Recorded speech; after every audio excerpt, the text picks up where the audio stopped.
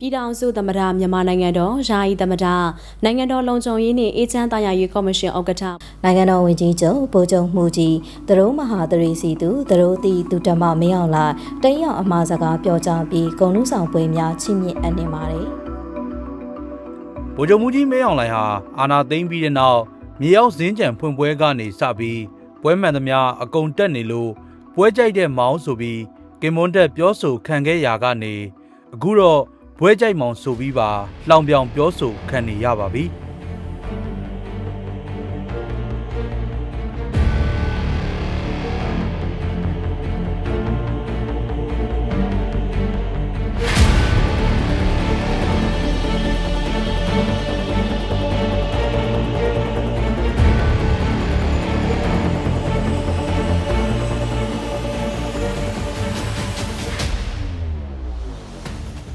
တစ်တုံညာနှစ်ခွန်စစ်စင်ရေးအတွင်းအရှေ့မြောက်တိုင်းစစ်ဌာနချုပ်ရာမာခနဲ့အနောက်ပိုင်းတိုင်းစစ်ဌာနချုပ်နပခတို့လိုတိုင်းစစ်ဌာနချုပ်ကြီးတွေကြားမြို့ပေါင်း100နီးပါးဆုံးရှုံးရာထောင်ချီတဲ့အရာရှိစစ်သည်တွေလက်နက်ချအညံ့ခံနေချိန်မှာတော့ပွဲတက်မပြတ်တာကြောင့်တက်ထောက်ခံသူတွေကပါပောက်ကွဲပြစ်တင်တဲ့အထိဖြစ်ခဲ့ရတာပါအခုချိန်မှာတော့စစ်ကောင်းဆောင်ဟာပွဲတက်ယုံတာမကတော့ပဲပွဲပေးပွဲယူအလုပ်ကိုပါဇက်တိုက်လှုပ်လာတဲ့အတွက်ဘွဲကြိုက်မောင်းဆိုပြီးလောင်ပြောင်ခံရတဲ့အထိဖြစ်လာတာပါသူများကိုလည်းဘွဲပေးကိုတိုင်းလည်းကြိုက်တယ်လို့ဘွဲယူနေတဲ့အပြင်တရိษံကိုပါဘွဲပေးနေတဲ့အခြေအနေဖြစ်နေပါတယ်ဆရာနာမသိမ်းမီကမဟာတရေစီသူဘွဲရစစ်ကောင်းဆောင်ဟာအာနာသိမ်းမီ9နှစ်အကြာမှာတော့အကြီးမားဆုံးဘွဲတွေအနေနဲ့တရိုးမဟာတရေစီသူဘွဲနဲ့တရိုးတီရီတုဒ္ဓမဘွဲတွေကိုခံယူထားပါတယ်ဒီဘွဲတွေဟာမြန်မာနိုင်ငံမှာဂုဏ်သိက္ခာအရှိဆုံးဘွဲတွေထဲပါဝင်ပြီးခေတ်ဆက်ဆက်နိုင်ငံတော်တာဝန်ရှိသူတွေနိုင်ငံအကြီးအကဲတွေကပေးခဲ့ပေမဲ့စစ်ကောင်းဆောင်ကသူ့ကိုယ်သူ2022ခုနှစ်မှာပြန်ပြီးချီးမြှင့်ပေးရခဲ့တာဖြစ်လို့ဂုဏ်တက်ရမယ့်အစားလူကြီးစရာသာဖြစ်ခဲ့ပါတယ်ကိုယ်ယူနေတယ်လို့ပြောအောင်လို့ဖြစ်နေတယ်ကသူအခြေအနေကတော့ဟိုတော်တော်ကိုစိုးဝါးဖြစ်နေတယ်လို့ကျွန်တော်တို့ပဲပြောချင်ပါတယ်အခြေအနေကပိုတော့ဆိုးတယ်တာမန်အာလာစင်တွေလောက်တာကြိုက်တဲ့အခြေအနေတွေအခုသူတို့ကနေကြိုက်နေရတွေကပိုပြီးဆိုးတယ်လို့ကျွန်တော်အနေနဲ့ပြောချင်ပါတယ်သူတို့တထရခေါင်းဆောင်တွေတော့မှလက်ခံနိုင်တဲ့အခြေအနေရှိသလားမရှိဘူးလားဆိုတာပြောရဆိုတာအတော်ကိုခက်ခဲပါတယ်သူလုပ်နေတဲ့ကိစ္စတွေကတော့တာမန်အခြေအနေတက်လွန်ကဲနေရလို့ကျွန်တော်အဲ့လိုပဲမြင်ပါတယ်စစ်ကောင်းဆောင်ဟာသူ့အတွက်ဂုံပုတ်တက်လို့ကောင်းမဲ့ဘွဲတွေကိုသာမကပဲအရက်ဖက်နဲ့စစ်ဖက်မှာလည်းထူးချွန်ချောင်းကိုပြဖို့အတွက်ဘွဲတစိတ်တွေရယူခဲ့တာကိုလည်းတွေ့ရပါတယ်2021ခုနှစ်အာဏာသိမ်းချိန်ကစလို့လက်ရှိချိန်ထိရုရှားနိုင်ငံကစစ်ကောင်းဆောင်ကိုဂုံနူးဆောင်ပေါမောက်ခဘွဲဂုံနူးဆောင်ဒေါက်တာဘွဲနဲ့နိုင်ငံတကာစစ်ဖက်ဘူပေါင်းဆောင်ရွက်မှုဖွံ့ဖြိုးတိုးတက်ရေးစွမ်းဆောင်စုတစိတ်တို့ကိုချီးမြှင့်ခဲ့ပြီးနိုင်ငံဆက်ဆံရေးနဲ့စစ်ကောင်းဆောင်ရဲ့ဂုဏ်ကိုမြင့်တင်ဖို့ကြိုးစားခဲ့ပါတယ်။2026ခုနှစ်ဖေဖော်ဝါရီလမှာတော့ဂုဏ်သိက္ခာပညာနဲ့ပြည့်စုံပြီးနာမည်ကျော်ထင်ရှားတဲ့ရဟန်းတွေနဲ့လူပုဂ္ဂိုလ်တွေကိုရန်ကုန်တက္ကသိုလ်ကချီးမြှင့်လေးရှိတဲ့ဂုဏ်ထူးဆောင်ပါရဂူဘွဲကိုလက်အောက်ခံပညာရေးဝန်ကြီးဒေါက်တာချောစိန်ကနေစစ်ကောင်းဆောင်ကိုပြည်သူ့ရေးရာစီမံခန့်ခွဲမှုအတွက်ဆိုပြီးချီးမြှင့်ခဲ့ပါတယ်တကယ့်ကိုထိုင်ငိုခြင်းလောက်အောင်စိတ်ပြက်စရာကောင်းတယ်ပေါ့နော်။ဘာစိတ်ပြက်တာလဲလို့မေးလို့ရှိရင်ကျမတို့စီမှာဒီ academic fee လို့ခေါ်ရတဲ့ဒီပညာရေးအတိုင်းအဝိုင်းဟာ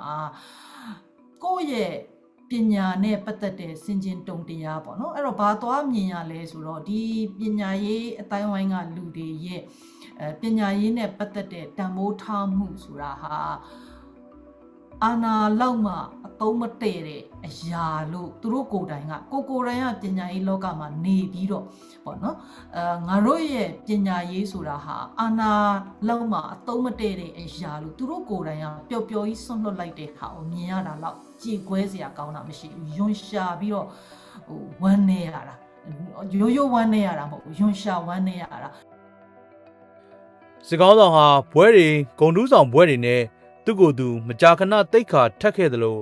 သူ့အာဏာတည်မြဲဖို့အတွက်အထောက်ပံ့ပြုမဲ့စစ်သားတွေလူပုဂ္ဂိုလ်တွေနဲ့အမှုပညာရှင်တွေကိုလည်း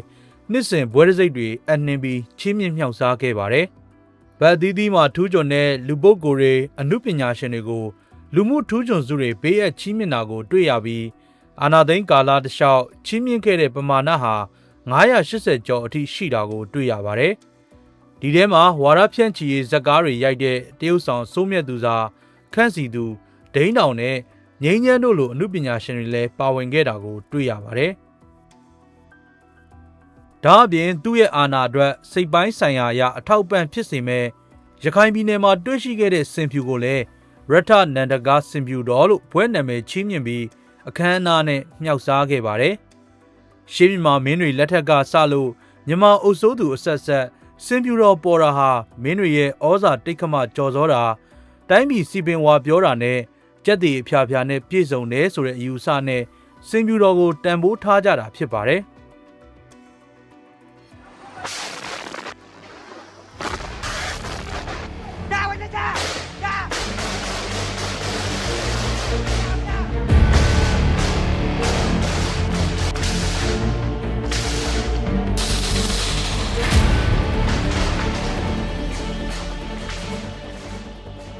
ဒါပေမဲ့စင်ဖြူတော်တွေ့ရှိခဲ့ပြီးတဲ့နောက်2023ခုနှစ်မှာတော့ရခိုင်ပြည်နယ်မှာ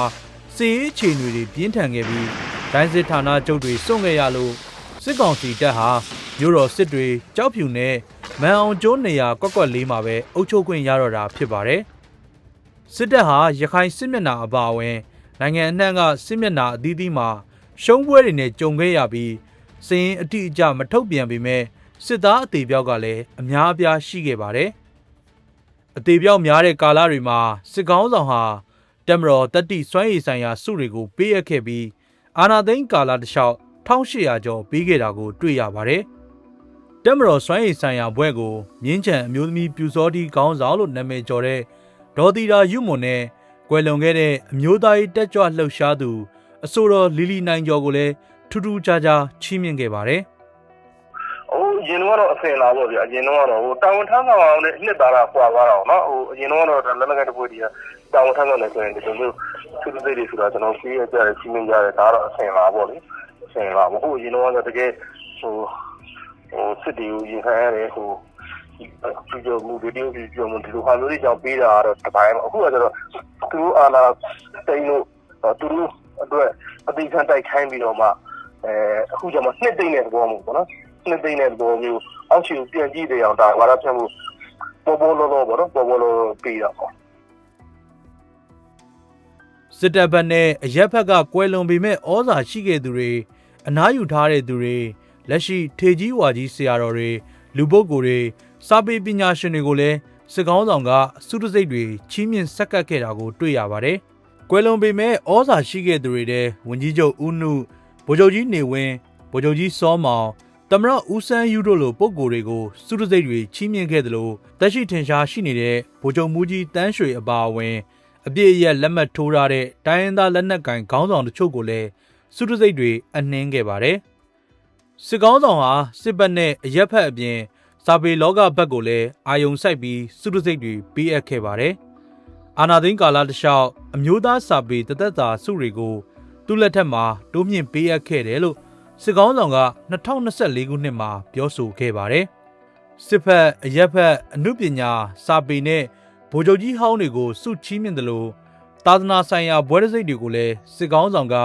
မပြတ်မကွက်စက်ကပ်လှူဒန်းခဲ့သူဖြစ်လာပါတယ်။အာနာသိန်းကာလတစ်လျှောက်သာသနာနယ်နဲ့လူပုဂ္ဂိုလ်တွေတဲကအမျိုးသားမျိုးသမီးတွေကိုစုတစိတ်တွေပေးအပ်ခဲ့ပြီးပမာဏအားဖြင့်1100ကျော်ရှိတာကိုတွေ့ရပါတယ်။စစ်ကောင်းဆောင်ဟာအရက်သားအစိုးရလက်ထက်မှာလူမျိုးရေးဘာသာရေးလှုံ့ဆော်မှုတွေနဲ့ကမ္ဘာသတင်းမီဒီယာထက်နာမည်ကျော်ခဲ့သလိုနိုင်ငံတကာတရားရုံး ICJ တရခွင်မှာလည်းတက်တည်တင်သွင်းခံခဲ့ရတဲ့ဆရာတော်ဦးဝီရသူကိုလည်းစုပေးခဲ့တာတွေ့ရပါတယ်။ဒီကနေ့ဒီအချိန်ကာလနိုင်ငံရေးအကျက်တဲကာလဖြစ်တယ်။ဒါကြောင့်မို့နိုင်ငံရေးအကျက်တဲကာလမှာဘာသာရေးဟာလည်းပဲဘာသာရေးအဖွဲ့အစည်းတွေကလည်းအရေးကြီးတယ်။ဘာသာရေးခေါင်းဆောင်တွေကလည်းအရေးကြီးတယ်ဆိုပြီးတော့ဒါနိုင်ငံရေးစီယုံမှုအနေနဲ့နိုင်ငံရေးရောရှက်မှုအနေနဲ့ဒီကောင်တွေကအသုံးချခြင်းဖြစ်တယ်။ဒီဟာကိုဒါကြောင့်မို့အာနာသိန်းစစ်ကောင်စီသွေးစွန်းနေတဲ့လက်နဲ့ပေးတဲ့ဘွဲတွေကဘာမှတိတ်ခါဂုံတိတ်ခါတိုးလာစရာအကြောင်းမရှိတဲ့အတွက်ကြောင့်မို့ဒီနိုင်ငံရေးနဲ့ရောရှက်တဲ့ သွေးစွန်းနေတဲ့ဘွဲတွေကိုတော့ရယူဒီဘွဲတွေရယူမဲ့ဘုန်းကြီးတွေအနေနဲ့ကတော့မမောတဲ့မှုလို့ပဲဦးဇင်းတော်ကမှတ်ချက်ပြုလုပ်ပါတယ်ဗျာစစ်ကောင်းဆောင်ဟာသူ့ရဲ့အာဏာကိုဘွဲတစိတ်တွေအဆောင်အယောင်တွေနဲ့ဖုံးအုပ်ပြီးဂုံတိတ်ခါရှိတဲ့အောင်ဟန်ဆောင်နေပေမဲ့ဒီဘွဲတွေဟာစစ်မြေပြင်ကရှုံးနိမ့်မှုတွေနဲ့ပြည်သူတွေရဲ့ဆန္ဒကိုတော့လွှမ်းမိုးနိုင်ခြင်းမရှိပါဘူးကိုယ်တိုင်ပေးကိုယ်တိုင်ယူခဲ့တဲ့ဘွဲတွေကတိုင်းပြည်ရဲ့ပြဿနာတွေကိုဖြေရှင်းမပေးနိုင်သလိုရယူထားတဲ့ဘွဲတစိတ်တွေများလေလေလူတို့ရဲ့လှောင်ပြောင်မှုနဲ့ယွန်ရှာမှုတွေကလည်းပိုပြီးနှက်ဆိုင်လာနေတာပါတကယ်တမ်းတမိုင်းကကမွန်းတက်မဲ့အမည်နာမဟာအဆောင်အယောင်တွေမဟုတ်ပဲသူပြုခဲ့တဲ့လုပ်ရက်တွေသာဖြစ်ပါလိမ့်မယ်ခင်ဗျာ